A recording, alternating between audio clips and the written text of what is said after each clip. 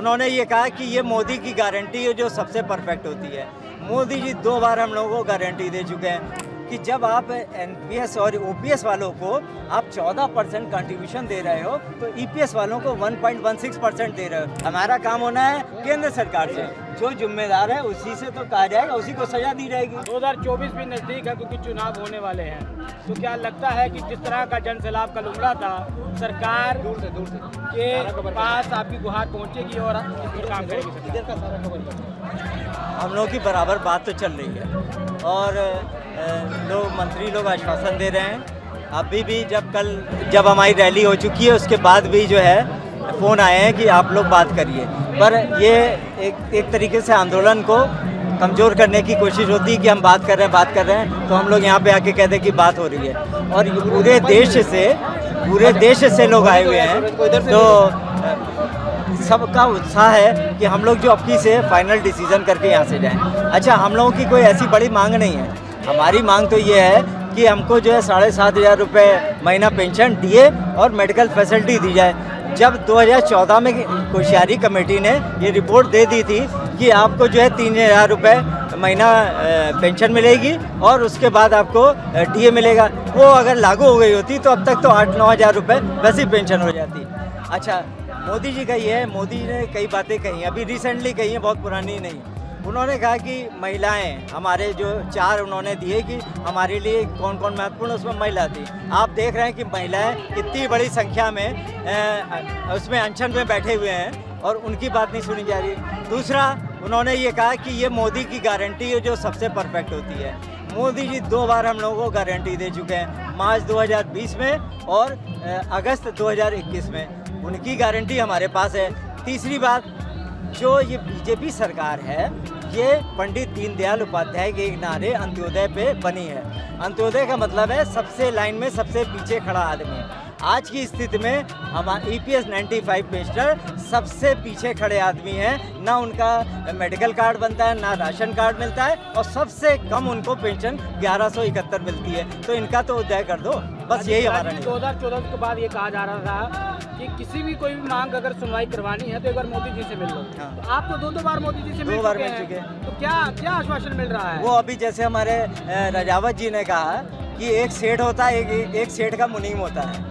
तो सेठ जी थोड़ा बहुत राजी है और उनका मुनीम है EPF, वो अपनी जेब बंद कर लेता है और सेठ जी को बता देता है कि अगर इनको कुछ दिया तो ये जेब खाली हो जाएगी। उल्टे सीधे आंकड़े दिए जा रहे हैं और सरकार को बरगलाया जा रहा है। और इनकी जब मीटिंग होती है तो हर बार गलत आंकड़े, इनके लिए हर मीटिंग में गलत आंकड़े हैं। और 8 लाख करोड़ का इनके पास कॉर्पस है और 60,000 करोड़ रुपए इनको पर ईयर जो है ब्याज मिलता है। हमारा ये कहना है कि जब आप एनपीएस और ओपीएस वालों को आप 14% कंट्रीब्यूशन दे रहे हो तो ईपीएस वालों को 1.16% दे रहे हो। अगर आप 5% भी कर दो तो हमारी 8,000 हो जाएगी। अच्छा, जो आप ब्याज आपको जो मिल रहा है उस पर 33% आप पेंशन पे खर्च कर रहे हैं। अगर आप 50% खर्च कर दें तो हमको पेंशन पूरी मिल जाएगी। तो ये क्यों नहीं मानी जा रही बात?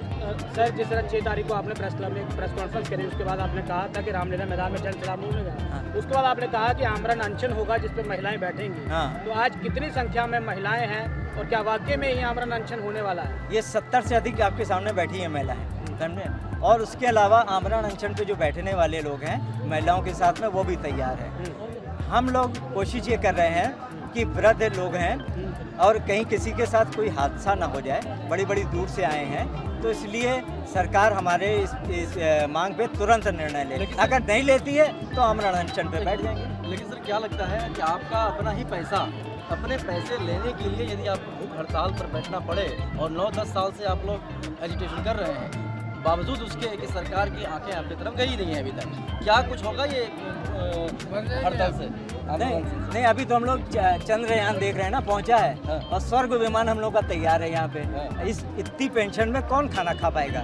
1170 रुपये में अभी ये सिलेंडर कम हुआ है। पहले तो हम लोग सिलेंडर ले लेते थे, उसी की पूजा महीने भर करते थे, क्योंकि एवरेज ही पेंशन 1170। ये तो आपका पैसा है ना, आप तो भीख तो नहीं मांगे ना किसी से। नहीं, तब फिर ऐसी एजिटेशन क्यों? हमारा जो पैसा है अगर उसको हम ब्याज पे रखें और आज की जो सरकार की सीनियर सिटीजन वाली स्कीम है उसमें अगर ब्याज में डालें तो हमें 10,000 रुपये महीना वो ब्याज मिलेगा, मतलब 30,000 के आसपास ब्याज मिलता है। अगर वही हमारा पैसा होता, ये हमें बैंक में ही डाल देते सरकारी योजना में, तो भी 10,000 रुपये मिलता। हम तो 7,500 रुपये मांग रहे हैं, तो ये क्यों नहीं दे रहे हैं? ये तो आपका मतलब दादागिरी टाइप की होगी कि आपने 35 साल हमसे वसूला और सरकार है, हम सरकार से क्या वसूल सकते हैं? तो ये भी बता दीजिए, मोदी जी से बातचीत हुई थी तो उन्होंने क्या कहा था? उन्होंने कहा कि आपकी मांग जेन्युइन है, हम इस पे छठिया विचार करेंगे। हेमा मालिनी जी लेके गई थी 2 बार डेलीगेशन को, हमारे कमांडर साहब, रजावत जी और सब लोगों को, राष्ट्रीय नेता गए थे, उनके साथ बात हुई थी। और कई बार हेमा मालिनी जी ने कोशिश भी करी। हम लोग लखनऊ में कई बार राजनाथ सिंह जी रक्षा मंत्री से मिले, उन्होंने कई बार कहा कि आपका काम हो रहा है, तो इसलिए हम लोग वो रुके हुए थे, क्योंकि हम लोग कन्फ्रंटेशन किसी के साथ नहीं चाहते। हम चाहते हैं कि ये जो वृद्ध पेंशनर है 60 से 80 साल के बीच में बैठे हुए हैं ये लोग, उनकी 5-10 साल जो है जीवन है, अगर मिल जाएगी तो वो करके। आप एक बात ये समझ लीजिए कि घर में भी, परिवार में भी जब बाहर निकलते हैं, बुजुर्गों का आशीर्वाद लेके जाता है हर कोई।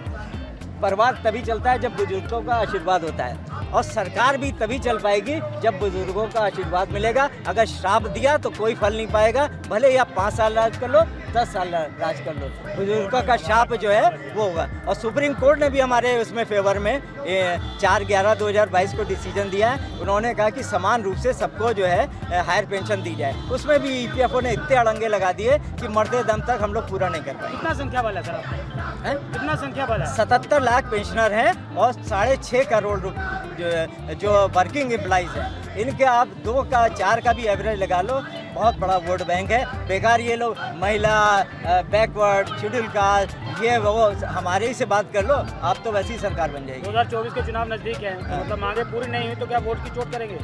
बिल्कुल, जो हमारा डिसीजन लेगा, हमारी कमेटी डिसीजन जो भी लेगी, वो हम लोग उसके हिसाब से कार्य लेकिन करेंगे। सर, ये जो 2023 का अभी चुनाव परिणाम आया है, फिलहाल 3 राज्यों में पूरी बढ़त के साथ में बीजेपी आई है। ऐसे ही एजिटेशन दिल्ली में और तमाम ऐसे जगहों पर अलग अलग मुद्दों के उसमें उभर के आया था, लेकिन फाइनली क्या हुआ आपने देखा। तो क्या लगता है आपको कि 2024 में यदि आप वोट की चोट भी करेंगे तो क्या होने वाला है? नहीं, ये विधानसभा का था, और हमारा काम जो है प्रदेश सरकार से नहीं होना है, हमारा काम होना है केंद्र सरकार से। जो जिम्मेदार है उसी से तो कहा जाएगा, उसी को सजा दी जाएगी। तो हम प्रदेश सरकार को काहे के लिए वातावरण बनाएंगे? लेकिन मनोबल जो बढ़ता है, जो आपका कोर चीजें हैं, वो तो आपके वहीं से बनेगा ना। अरे बुलाया गया है, हमारे पेंशनर ने बहिष्कार किया, तो जिलाधिकारी और जिला निर्वाचन अधिकारियों ने सबने पेंशनर को बुलाया कि आप बहिष्कार मत कीजिए, हम आपके ज्ञापन सीधे जो है राष्ट्रपति, प्रधानमंत्री, वित्त मंत्री को उनके सामने भेजे गए, तब उसके बाद लोग राजी हुए हैं वोट देने के लिए।